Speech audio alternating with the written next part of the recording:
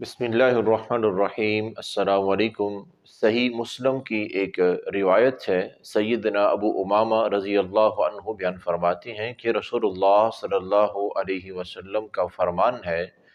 کہ قرآن مجید کی تلاوت کیا کرو۔ جو شخص قرآن مجید کی تلاوت کرتا ہے، یہ قرآن مجید اس بندے کے لیے روز محشر اللہ کے حضور سفارش کرے گا، اس بندے کی بخشش کی قرآن سفارش کرے گا جو قرآن مجید کی تلاوت بڑی محبت سے کرتا ہے۔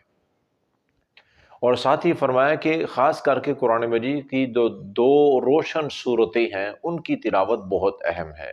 سورۃ البقرہ اور سورہ آل عمران۔ یہ اگر تو اچھی بات ہے ایک ہی ٹائم میں پوری صورتیں پڑھ لی جائے، لیکن یہ چونکہ لمبی صورتیں ہیں، تقریباً کوئی 3.25 پارے بن جاتے ہیں، تو ضروری نہیں ہے یا لازمی نہیں ہے کہ اگر آپ پوری ایک ٹائم پہ بیٹھ کے نہیں پڑھ سکتے تو آپ پڑھنا ہی چھوڑ دیں، تھوڑا تھوڑا پڑھتے رہیں، لیکن پڑھیں ضرور۔ قرآن مجید سے تعلق ہمارا ہر لحاظ سے قائم رہنا چاہیے، چاہے آپ تھوڑا ہو، تھوڑی تلاوت کریں لیکن لازمی کریں، زیادہ کر سکتے ہیں تو بڑی اچھی بات ہے۔ تو آپ نے فرمایا کہ یہ جو دو صورتیں ہیں، سورہ بقرہ اور سورہ آل عمران، فرمایا کہ یہ دو صورتیں روز محشر بندے کے اوپر ایسے سائبان کی طرح ہوں گی،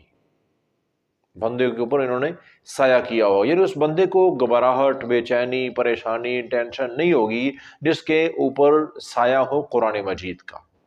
اور قرآن کی خاص کر ان دو صورتوں کا۔ اور اس کے بعد فرمایا کہ یہ جو سورۃ البقرہ ہے، سورۃ البقرہ ہے، یہ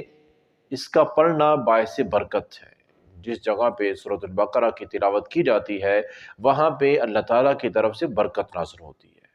اور فرمایا کہ اس کا چھوڑنا باعث حسرت ہے، حسرت رہ جائے گی کہ کاش کہ ہم اس کو پڑھ لیتے، اتنا یہ مقدس بابرکت عمل ہے۔ اور فرمایا کہ یاد رکھو سورۃ البقرہ ایک ایسی سورت ہے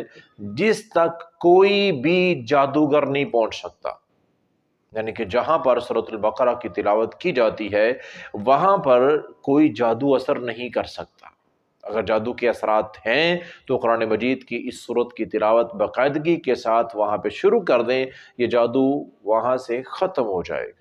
تو کسی جادوگر میں اتنی طاقت ہے ہی نہیں کہ کوئی جہاں پر سورۃ البقرہ کی تلاوت ہوتی ہے، پڑھی جاتی ہے، وہاں پر اپنے جادو کا اثر کر سکے یا جادو وہاں اثر دکھا سکے، ایسی طاقت جادو میں نہ ہی جادوگر میں ہوتی ہے۔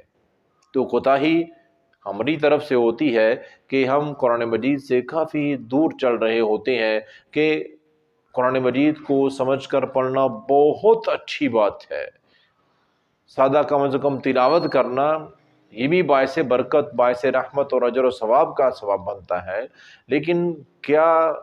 بد نصیبی ہوگی کہ کتنے کتنے دن گزر جاتے ہوں گے اور ہم نے کبھی قرآن مجید کو کھولا ہی نہیں ہے، پڑھا ہی نہیں ہے، تلاوت کی ہی نہیں ہے۔ تو بد نصیبی میرا خیال یہی کہہ سکتے ہیں۔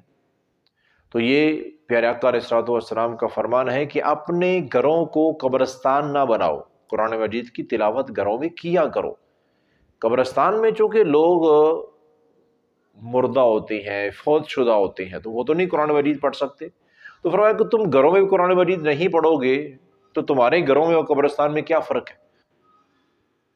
وہ تو پڑھ نہیں سکتے، تم پڑھتے نہیں ہو، تو دونوں جگہ قرآن کی تلاوت نہیں ہو رہی ہے، تو تم تو مردوں کی طرح ہو، قبرستانوں کی طرح اپنے گھروں کو بنایا ہوا ہے۔ تو اپنے گھروں کو بارونق بابرکت اگر بنانا چاہتے ہو، پرسکون، تو اس کے لیے ضروری ہے گھر میں قرآن مجید کی تلاوت باقاعدگی کے ساتھ جتنی آسانی سے ہو سکے۔ تو اللہ سے دعا ہے اللہ تعالی ہمیں اس بابرکت عمل سے فائدہ اٹھانے کی توفیق عطا فرمائے۔